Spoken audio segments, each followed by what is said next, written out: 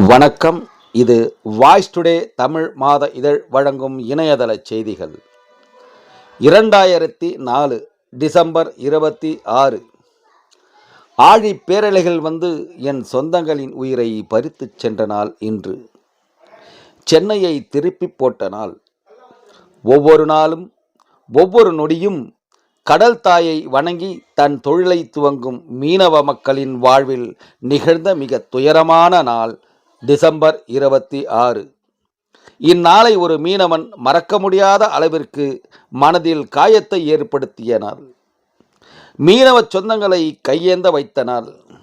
உலகத்தில் உள்ள மக்களில் சிலரது உயிர்களை பறிகொடுத்துவிட்டு இன்று கண்ணீர் சிந்தி கொண்டிருக்கும் இந்நாளில் வடசென்னை கிழக்கு மாவட்டம் திருவொற்றியூர் தெற்கு பகுதி சார்பில் சர்க்கிள் தலைவர் திரு எம்பி லோகநாதன் அவர்கள் தலைமையில் காங்கிரஸ் பேரியக்கத்தின் தமிழ்நாடு காங்கிரஸ் கமிட்டியின் மாநில பொதுக்குழு உறுப்பினர் திரு எஸ் சுகுமாரன் அவர்கள் மற்றும் பெருநகர சென்னை மாநகராட்சி மாமன்ற உறுப்பினர்கள் மணலி ஏ தீர்த்தி, ராயபுரம் ஆர் சுரேஷ்குமார் மற்றும் சர்க்கிள் தலைவர்கள், மாநில நிர்வாகிகள், மாவட்ட நிர்வாகிகள், வட்ட தலைவர்கள் ஆகியோர் முன்னிலையில் காங்கிரஸ் பேரியக்க தோழர்கள் அணிவகுத்து சென்று கடல் தாயின் எதிரே நின்று கையெடுத்து கும்பிட்டு கண்ணீர் சிந்தி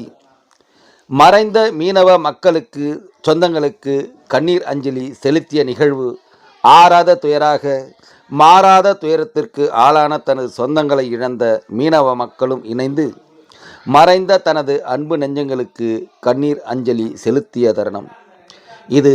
மறந்தாலும் மறக்க முடியாத மனதில் மிகப்பெரிய காயத்தை ஏற்படுத்தியதால் இன்றைக்கும் மாறாமல் ஒவ்வொரு டிசம்பர் 26 அன்றும் கடல் தாயின் காலடியில் நின்று அழுது புலம்பி தன் குழந்தைகளை இழந்த அன்னையர்கள் கூட்டம், பாலூட்டி வளர்த்த பிஞ்சு குழந்தைகளையும் பறிகொடுத்த அன்பு நெஞ்சங்களும் கடல் தாய்க்கு பால் வார்த்து கண்ணீர் சிந்தி இந்த நாள் டிசம்பர் 26 இனி இப்படி ஒரு துயரம் வேண்டாம் என்று கடல் தாயை வணங்கி விடைபெற்று செல்கிறது இந்த அன்பு நெஞ்சங்களின் கூட்டம்.